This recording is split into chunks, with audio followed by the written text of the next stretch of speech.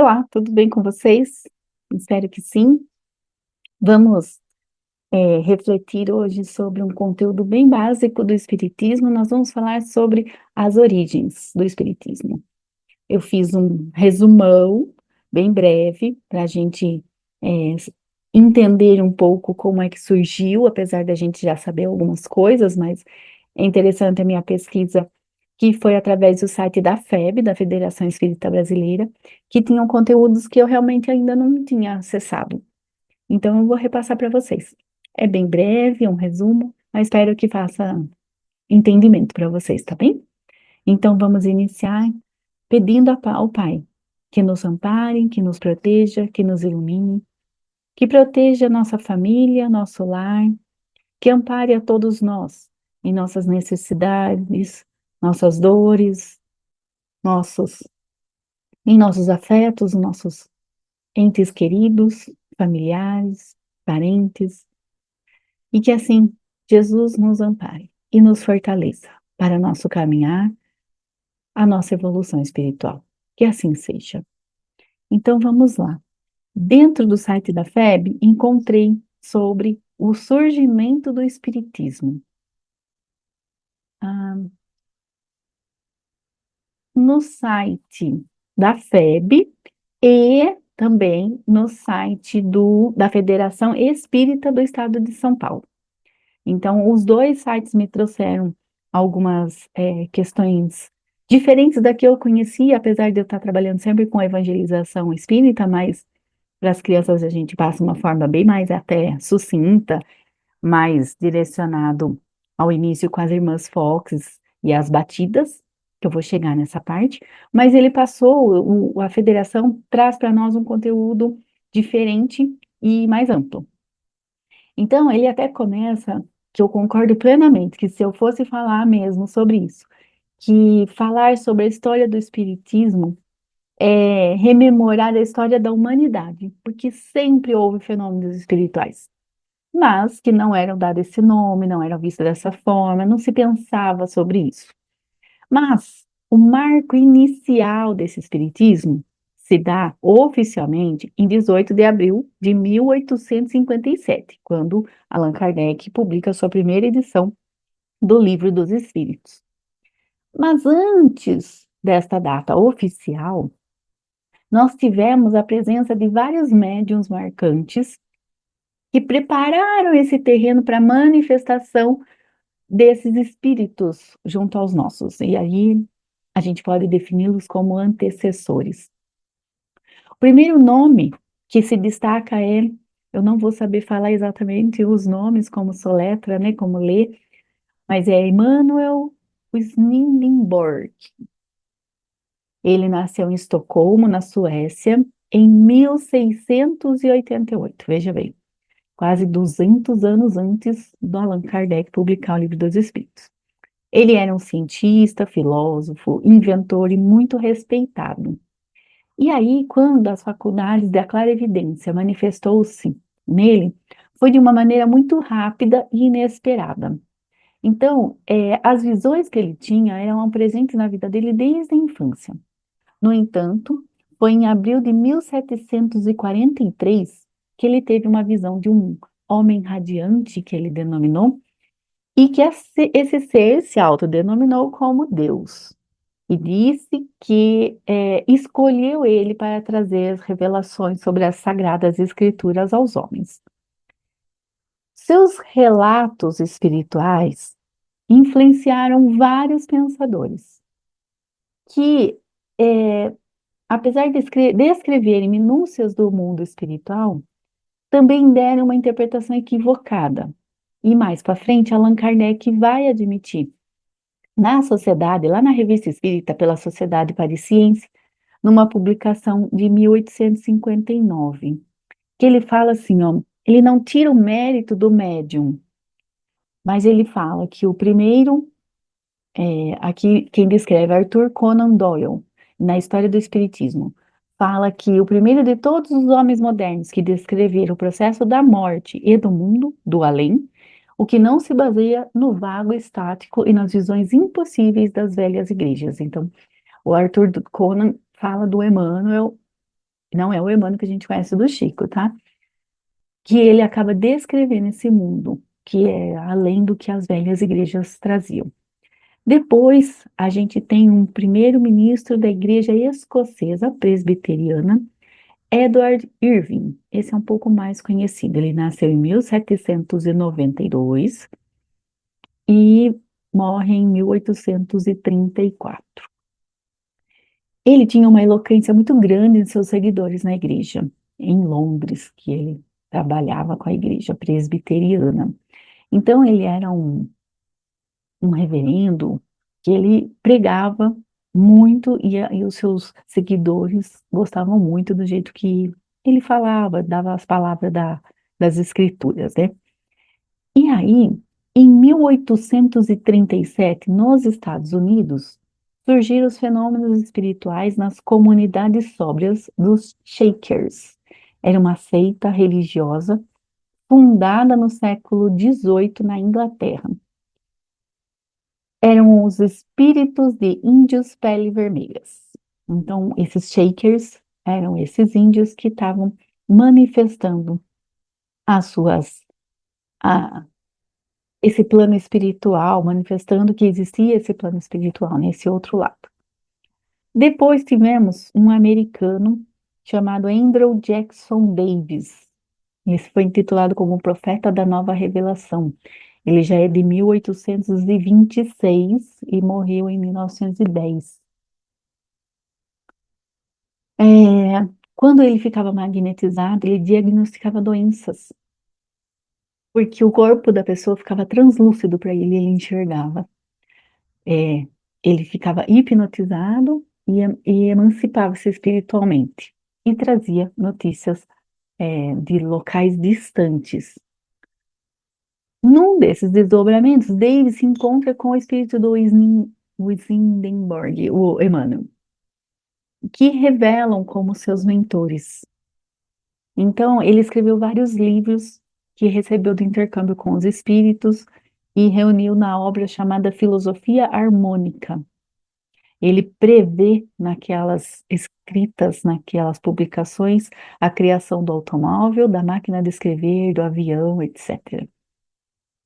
E aí aconteceu algo diferente com o Davis, que em 1848, 31 de março de 1848, durante a madrugada, ele diz o seguinte, ó: esta madrugada, um sopro quente passou pela minha face e ouvi uma voz, suave e forte, dizer: irmão, um bom trabalho foi começado. Olha, surgiu uma demonstração viva.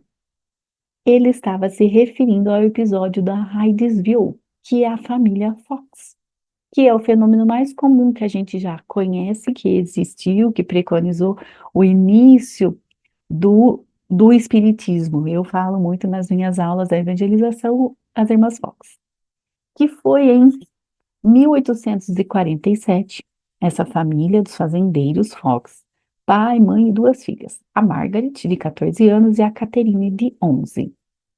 Eles moravam em Hydesville, que é dentro do estado de Nova York. Conta-se que eles moravam numa casa mal assombrada.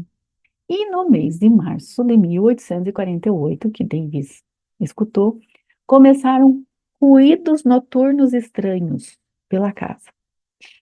E na noite de 31 de março, especificamente, de 1848, ao família se deitar, eles ouviram os sons habituais que eles já estavam acostumando, mas estavam mais altos e continuados.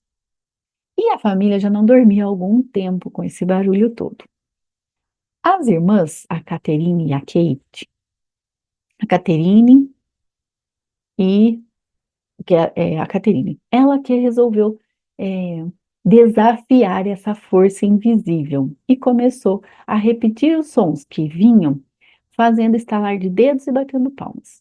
E ela dizia: Senhor pé rachado, faça o que eu faço. E aí vinham as respostas da batida que ela fazia, que era o número correspondente ao que ela fazia. A mãe também começa a fazer perguntas para essa entidade e eles começam a responder. Logo, a vizinhança também estava na casinha para fazer perguntas e esse espírito respondia. que mais tarde foi revelado que ele era um espírito de uma encarnação de Charles Rosna. Ele era um mascate, havia sido assassinado por antigos inquilinos da casa e enterrado no porão. E desde que as manifestações se repetiram noites a fio, comissões de investigação foram constituídas, primeiramente compostas pelos moradores locais e depois foram formadas por homens notáveis da comunidade. E com o passar do tempo e com as pancadas acompanhando Meg e a Catherine, onde elas iam, a irmã mais velha das duas, Lia, se juntou ao grupo também, revelando-se também médium. É,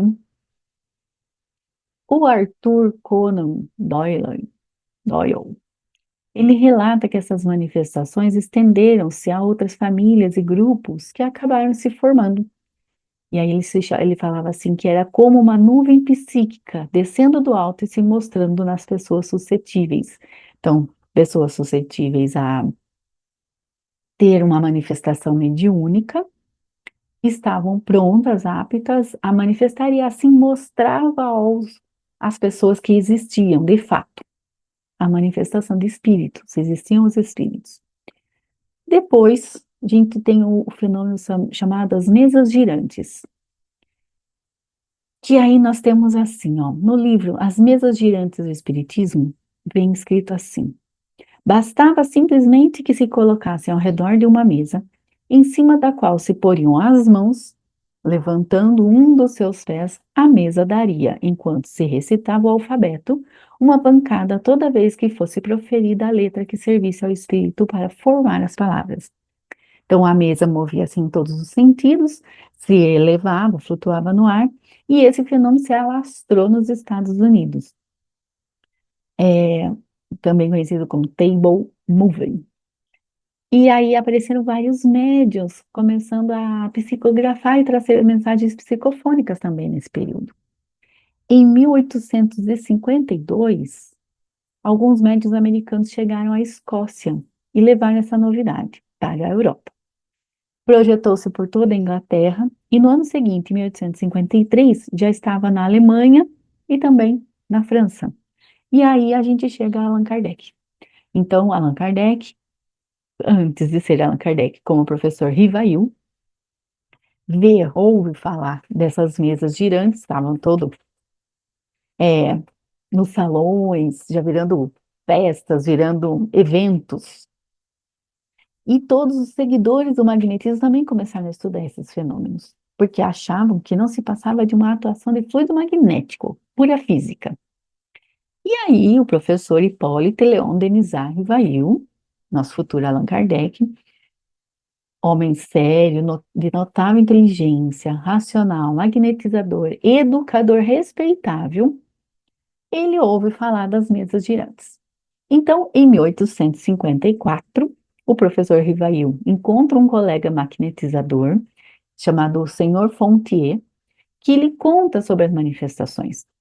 E depois, algum tempo depois, o senhor Fortier diz ao professor que as mesas não só se moviam, mas também falavam.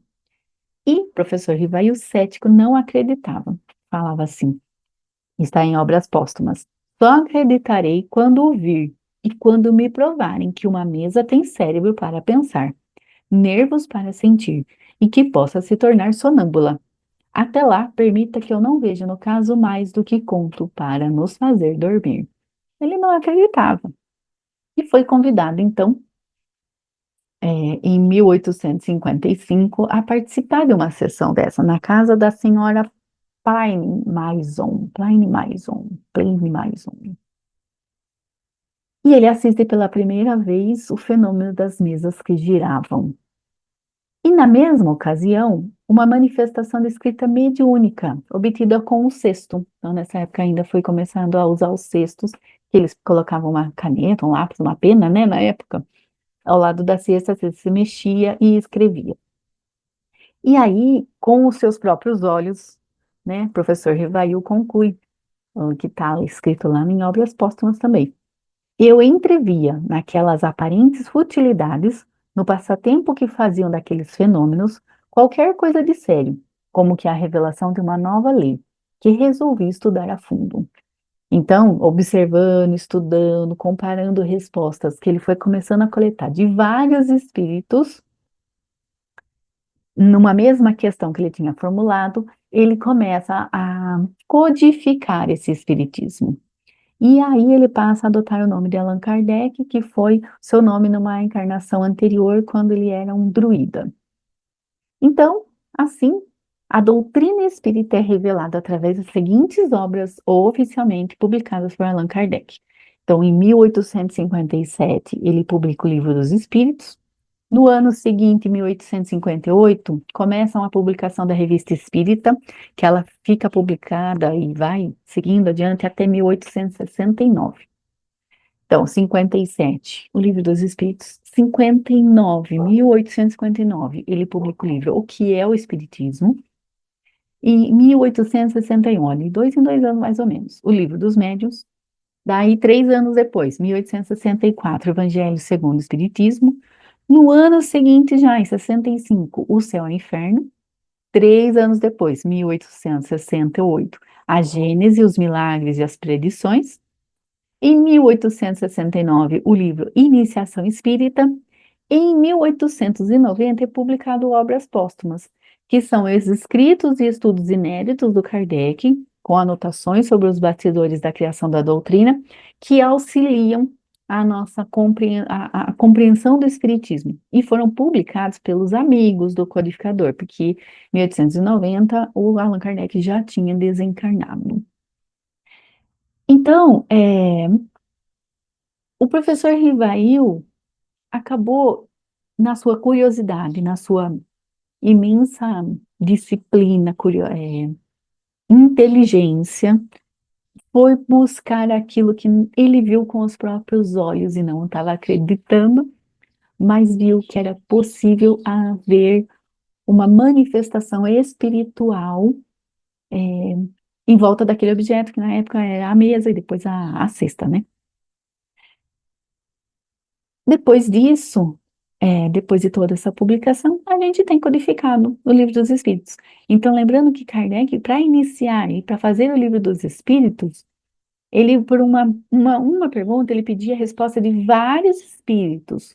Aí ele coletava, resumia, estudava, colocava sua análise e colocava também falas dos espíritos, que a gente tem no Livro dos Espíritos, a pergunta, uma resposta que pode ser do Kardec, que daí a letra está em normal, e quando a letra está em itálico, está diferenciada no livro, é a fala, a resposta dos espíritos que ele coletou.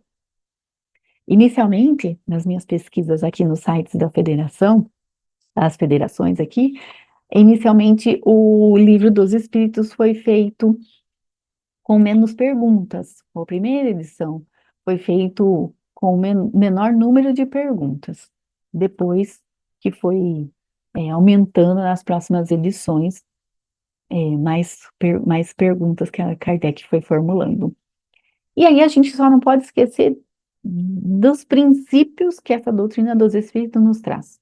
Uma é a evolução do espírito através das reencarnações, é a gente saber considerar que existe sim vida em outros mundos, a prática mediúnica como forma de comunicação entre os vivos e os mortos, a caridade como forma de melhorar o nosso status espiritual e a crença em Deus como inteligência suprema, autor das leis da natureza e criador do universo. Então, resumidamente, a história do Espiritismo, seus princípios, que são fundamentais para a gente entender de onde surgiu, por que que veio, da onde veio, e, e o quanto sentido na nossa vida essa filosofia nos traz. Quanto acalento, quantas respostas o Espiritismo pode fornecer a nós, e nos confortando. O Evangelho segundo o Espiritismo sempre pode nos proporcionar isso. Sempre que nós estivermos mal, não estivermos muito bem, ou sempre que necessário, se possível, todos os dias, abrir uma página aleatória do Evangelho segundo o Espiritismo e ler um trecho. E aí a gente vai seguindo nossa jornada, confiando nessa equipe espiritual, confiando em Jesus, em Deus, para seguirmos a nossa jornada e a nossa evolução assim se seguir também. Agradeço imensamente por vocês terem me ouvido mais uma vez. Fiquem todos com Deus, em paz e que tenham uma ótima semana. Nesse instante, peço que elevemos o nosso pensamento ao mais alto, nos conectando com todos aqueles que vêm até nós em nome de Jesus. Prece de Cáritas.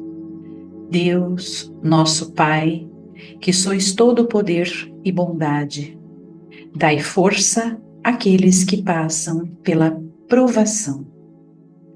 Dai luz àqueles que procuram a verdade. E ponde no coração do homem a compaixão e a caridade. Deus, dai ao viajante a estrela guia, ao aflito a consolação, ao doente o repouso. Pai, dai ao culpado o arrependimento, ao espírito a verdade, à criança o guia, ao órfão o pai. Que a vossa bondade se estenda sobre tudo que criaste. Piedade, Senhor, para aqueles que não vos conhecem, e esperança para aqueles que sofrem. Que a vossa bondade permita aos Espíritos Consoladores derramarem por toda a parte a paz, a esperança e a fé. Deus, um raio, uma faísca do vosso divino amor pode abrasar a terra.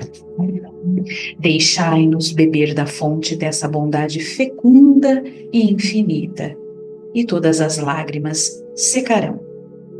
Todas as dores acalmar-se-ão. Um só coração, um só pensamento subirá até vós, como um grito de reconhecimento e de amor. Como Moisés sobre a montanha, nós vos esperamos com os braços abertos. Ó bondade, ó poder, ó beleza, ó perfeição. Queremos, de alguma sorte, merecer vossa misericórdia. Deus, dai-nos a força no progresso de subir até vós. Dai-nos a caridade pura. Dai-nos a fé e a razão. Dai-nos a simplicidade, que fará de nossas almas o espelho onde refletirá um dia a vossa santíssima imagem. Que assim seja.